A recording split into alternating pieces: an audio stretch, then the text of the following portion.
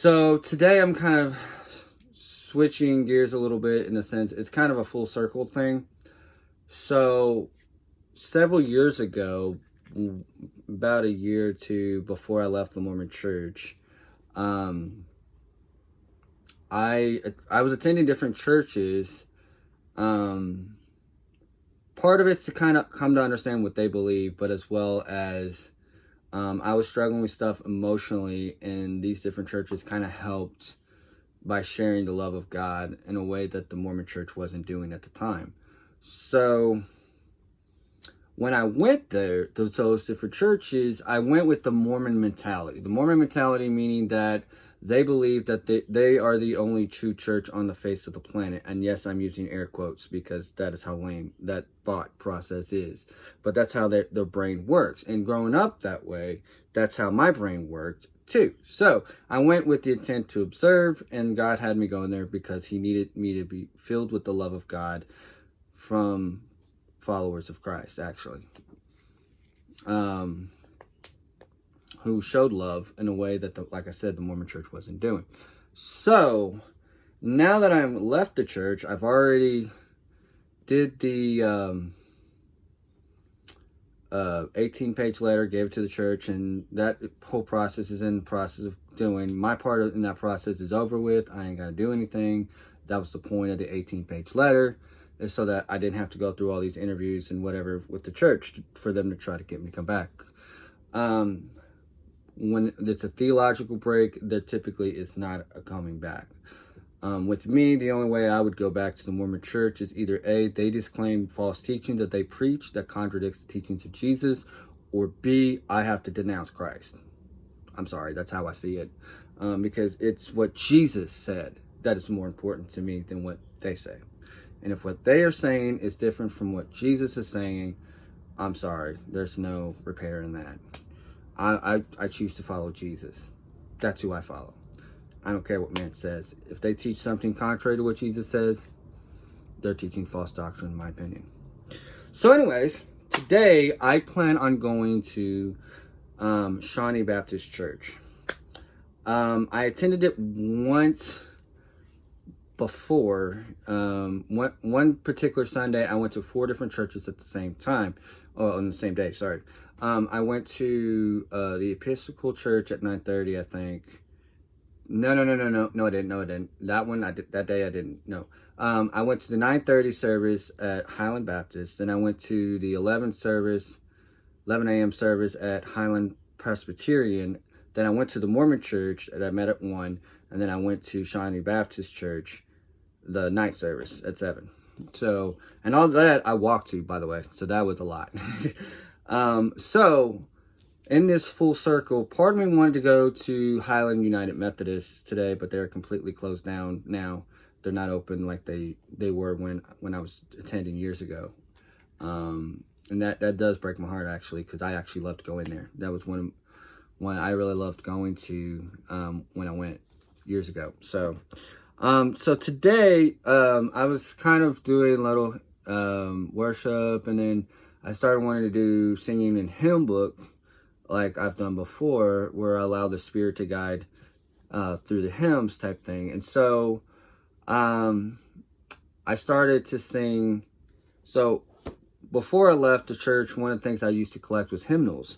So I have a Baptist hymnal, and I have a Mormon hymnal, but I also have other ones that I'm not going to bother with right now. So one of my favorite songs throughout my teenage years and most of my adult life was I know, besides I Stand All Amazed, Amazing Grace, is I Know That My Redeemer Lives. I literally used to, because I would sing hymns when I was walking home from school, in high school, and this was like the last song I would sing every day. So one of the things I was doing, I was trying to sing it in the Baptist hymnal, is that there's major difference, not major, but there's some differences in how it is written in the Baptist hymnal than it is in how it is in the Mormon hymnal book. So what I would like to do, if I have the time to be able to do it, is I would like to sing I Know That My Redeemer Lives First in the LDS edition, and then second in the Baptist Hymnal. Okay? For legal reasons, whatever. I don't have the rights to these songs, but I'm going to sing it anyways. This is in the LDS edition. I know that my Redeemer lives. What comfort this sweet sentence gives. He lives who once was dead. He lives, my ever-living hand.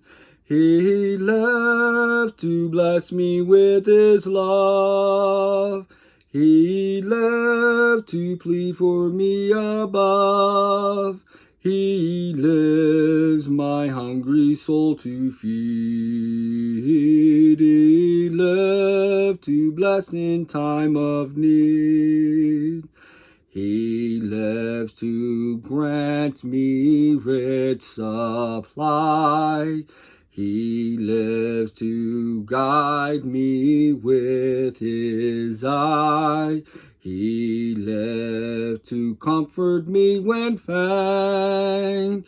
He lived to hear my soul's complaint. He lived to silence all my fears. He lived to wipe away my tears. He lived to calm my troubled heart. He lives all blessing to impart. He lives my kind, wise, heavenly friend. He lives and loves me to the end. He lives, and while he lives I'll sing. He lives, my prophet, priest, and king. He lives and grants me daily breath. He lives, and I shall conquer death. He lives, my mansion to prepare. He lived to bring me safely there.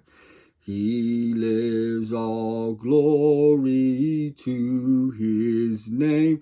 He lives, my Savior, still the same. Oh, sweet the joy this sad times give. I know that my Redeemer lives. He lives, all glory to his name. He lives, my Savior, still the same. Oh, sweet the joy this sentence gives. I know that my Redeemer lives. Okay, now I'm going to sing it in the Baptist Hymnal. And you'll actually hear a little bit of the difference. Okay. I know that my Redeemer lives. What comfort this assurance gives. He lives who once was dead. He lives, my ever-living hand. He lived triumphant from the grave.